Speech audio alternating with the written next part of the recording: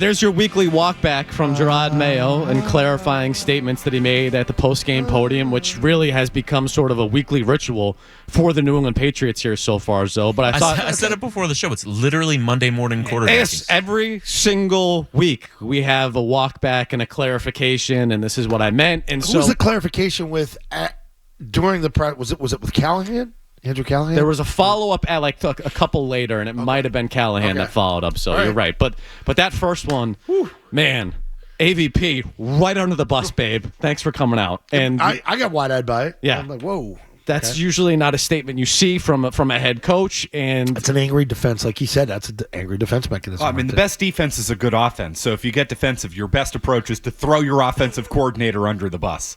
What was that? And so we're sitting here talking about it, Zoe, and we spent all season talking about how he's safe, and especially over these last few weeks, man, unless this thing completely goes off the rails. But a lackluster performance coming off the bye, which certainly they had yesterday, which I don't know how you're not disappointed by that performance on the field if you're a Patriots fan. I am. Coupled with what he did at the post-game podium, I do think that Jerod Mayo is now on the hot seat, and his job and that staff should be concerned moving forward when you finish up with 2 games against Buffalo and a game against the Chargers. This has the potential here to get ugly real fast from a Patriots perspective. Yeah, I mean, but Robert and Jonathan were both there yesterday. Yes, taking notes in the booth and talking about how the offensive play calling was atrocious. I'm calling a game. I don't see that stuff. I know you didn't see it, Zoe, but it happened. Yeah, it happened. So I would not feel very comfortable if I was on the coaching staff right now. I was upset with the way they came out with the bye. They own the team. I would hope they're upset with the way they came out with the bye. They should be upset. They should be up there, getting dinner plates and being chummy with clients, and they should be into the game watching it and making decisions as to what they have to do to make this team better. But the fact of the matter is, it's their fault. They put this coaching staff together. They put this team together. You got Jonathan Kraft up there taking notes, like he's involved in football ops, which obviously was a question we had going back to the offseason. Who's really in charge here? No, I've spoken to you. Jonathan runs a bunch of businesses that he has his hands in and is busy with every day. Football is their baby. They do care about the football team. But he is not running the football team. He is not in there on a day-to-day basis doing football things. Well, the image of him up there with notes doesn't help that. Well, why do you have a problem with him taking notes? Because it looks like you're involved in football ops. It looks like you're, evaluating the coach. We're 3 weeks away from the end of the year where you're going to have to bring everybody in, and I have no problem with them going back like, okay, here in Arizona, we did this. Why did we do this, that, and the other? Yes. Agreed. I have no problem with that. So do you I don't know why people are ripping him for taking notes. No. But do you think that yesterday's performance by that coaching staff? I'd be jotting stuff down.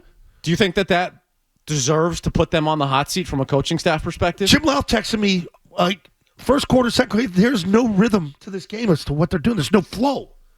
If you're sitting there watching that and you're on a flight, you're out there, you're sitting back, you're like, this is our product, and I don't like what I'm seeing. They should not like what they're seeing. And I understand your point that they provided, whether it's front office, players, coaching, hey, they knew this was going to be a tough year. That cupboard was left bare by Bill. And they got work to do this offseason. They got to get all their ducks in line as to how they're going to have one hell of an offseason. Because you can't have the offseason that you had a year ago, where you missed on all the draft picks except the quarterback. That's the way it feels right now. And the veteran guys you came, one of the veterans, Austin Hooper is a great signing for them.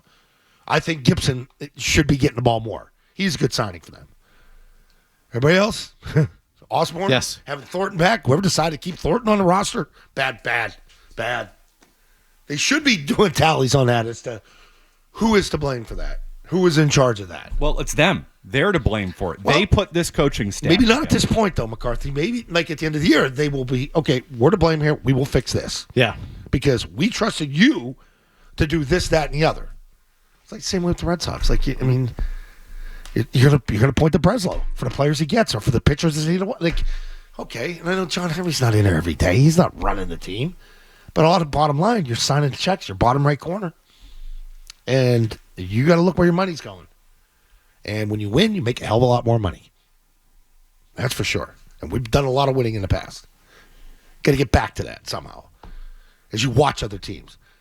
Yesterday did not feel like some of the games I came away with, Or I'm even angry because, they had a shot in that game.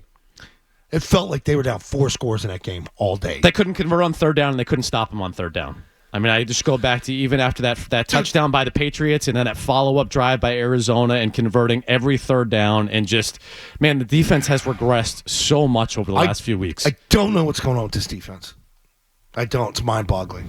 Because I see Christian Gonzalez out there, and I even asked him in fifth quarter, and I know you always say the team thing, but he had a hell of a day. He was awesome. He was awesome. I thought it was his best game of the year. He goes, well, I don't really look that way. I'm like, no, his position. The games he made, the plays he made in the end zone against Harrison, yes. Is turning into. Do you know how freaking good Harrison is? And I watch him. And Gonzalez got picked on that one early in the game where he's trying to run through and the tight end came with the linebacker, and Gonzalez had to go around it. And that's how they get you. It's a hell of a route design. After that, Harrison didn't do crap.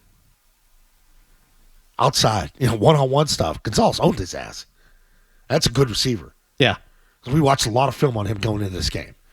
And his timing with his hands in the end zone and last minute putting them out, meaning Harrison, because the good receivers do that. Good receivers don't put their hands out because you can play the hands. It's last second catch, and Gonzalez, bam, knocks it right out. But we're talking about this performance by the defense. The defense now, outside of Juwan Bentley, you can't generate pressure. Is the same one that you had last year, and it's not performing anywhere close to that level. And you could say, you got Del Pettis chasing a tight end on a post corner. I mean, I don't know. They got no answer for his in-game adjustments defensively. And it's not like they're not trying. They're subbing. Yesterday, there was one play they subbed 7 guys in for 7. I've never seen that. You'll see 4-4, 5-5, maybe 6, 7. Look, you can rip Elliott Wolf for the job that he's done and the lack of talent in the draft, the lack of talent in free agency, all that stuff. Coming into this season, same defense nobody was questioning the defense. That side of the ball was supposed to be your strength and was supposed to be elite. And yesterday, it was far from it. You could not get off the field with a Cardinals team that came into this game losing 3 straight games. And it just looked like they could do whatever they wanted when it mattered. I already forgot the final score. How many did they put up on you? 33? 30-17. 30-17. 10 for 15 on third down, Arizona was. That team was not good. No. I heard you post-game, too, or pregame, I should say, Zoe. You said that his team's kind of going through the motions pregame. Well, Doesn't look like they're dogging it. So Arizona was dogging it. We didn't have much pep in our step either pregame. It was a lethargic pregame for both teams. It's not good. You couple the defensive performance, the regression on the defensive side of the ball. You talk about not finishing the season strong. You talk about the mistakes at the podium. I don't know how you could look at the staff as a whole, including the head coach, and say that you feel comfortable bringing them back for year 2 and fired up and saying that this is the right direction for the franchise moving forward. There's a lot of work here to do from a coaching staff perspective. And yes, the roster is not good enough. But again, I go back to that performance yesterday. I don't think that was just a talent-based performance issue. The coaching staff and the coaching issues are real when it comes to this team right now. It's not just a lack of talent. It's not. So we've had Burt Breer in here every single week so far this year, and every single week he says, Jerod safe, Jerod safe, Jerod safe. That's the first time I've heard him talk like that. Not a great sign if you're Jerod Mayo. He brings good points up that, okay, if you clear other coaches out and you bring him back, who the league is going to want to say, he could potentially be a dead man walking next year. Well, I'm going to go there, and he's going to do the same thing that he did to Alex, who's been in the league for over 12 years, around it. Actually being a coach. Those are good points. But that's part of the evaluation process. That's why you're taking notes. That's why you're evaluating everything. And so if I'm the Crafts, I'm looking at that situation, and so you're taking notes and you're talking about the offensive play calling and questioning the offensive play calling, and we think they were, right? And along with everyone in New England, along with apparently the head coach as well, questioning the offensive play calling. To Bert's point, though, if you've got a head coach that's on the hot seat and you've also got a head coach that's going to throw you under the bus as an offensive coordinator if things don't go well, I'm not sure what type of candidate you're going to attract to that position. And is that really going to be an upgrade over what you have? And then I look at the whole situation with the Crafts and questioning the play calling, we think, in the booth.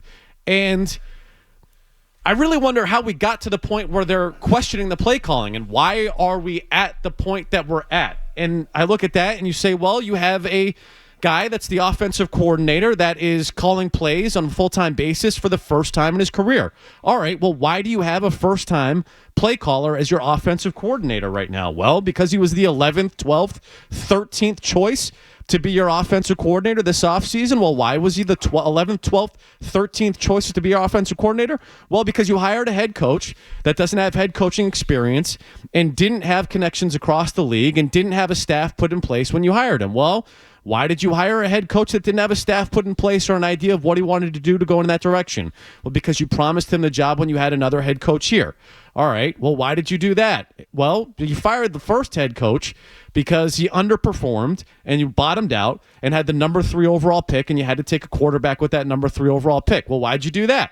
Well, because the last head coach couldn't develop a young quarterback and his development stalled out. And turns out the guy really can't play either. But why does development stall out? Well, because the last head coach hired an inexperienced offensive coordinator that couldn't develop that young quarterback. You see the circle that we're in right now? Because right now you have a young quarterback with an offensive coordinator that is inexperienced and not put in the best position possible to be successful. And so I don't think you should really be surprised at the situation that you're in based on the coaching staff that you hired.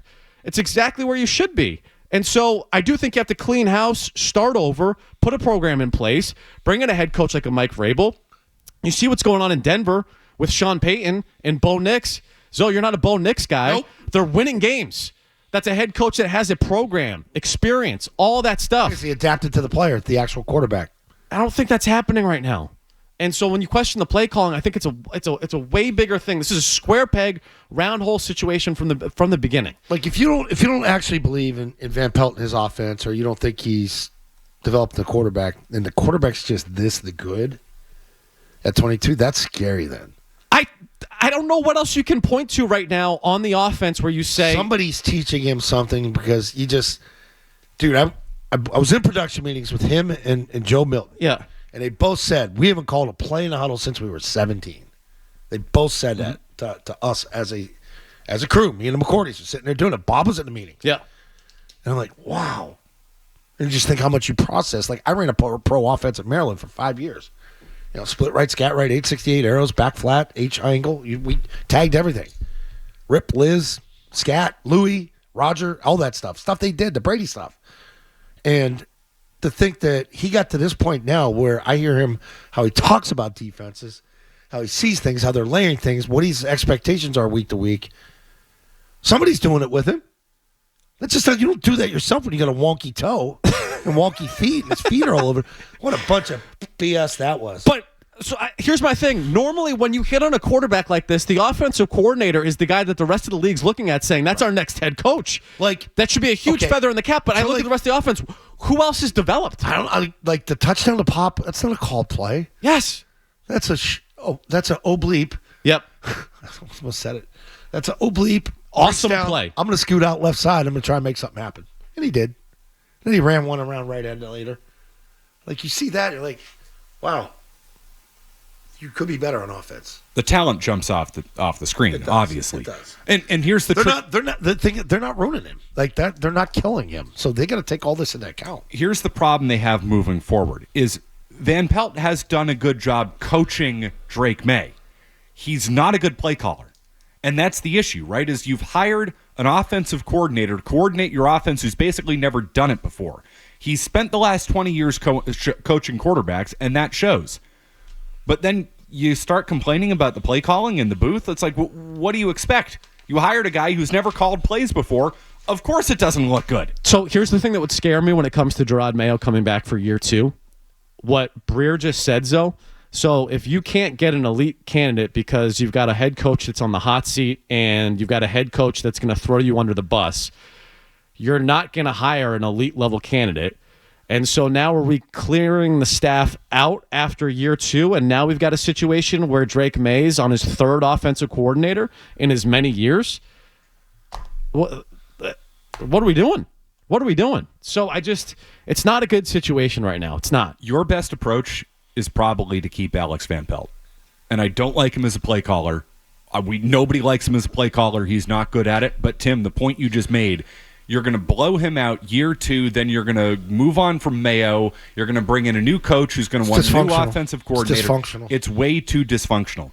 Play calling is towards the bottom of your list of problems right now on the offensive side of the football because your problems run so much deeper than that. Just for continuity's sake and just for the overall development of the quarterback, which is your whole future, I'd bring Van Pelt back. Unless you're blowing out Mayo. No, your best course of action, Matt, is getting a new coaching staff in. Yes, complete new coaching staff with the head coach. Just getting rid of the offensive coordinator doesn't do it. See, you go back to Larry Kennan days. I'm talking all the coordinators we had, like Ray Perkins, Ernie Zampese, who won Super Bowls with Dallas. Like, these guys were longtime play callers in the league. They were old. Like, I got them when they were old. Yeah. Drew, and we were resetting with Drew like that, but there was a trust there because they knew how to call plays. It was carryover, and then Charlie learned everything from Dan Henning and then brought it here, and it just took off to a different level. So you can mix and match some things and intertwine it. Drew was able to deal with it. I'm sure May would be able to deal with it too. Yeah. Yes. But you do like the consistency of the build because the quarterback feels more comfortable. Hey, if you like that clip, check out more videos from Zolak and Bertrand right here. For more Patriots analysis and opinion, hit this playlist. And for all the latest from the Sports Hub, download the app at 985thesportshub.com.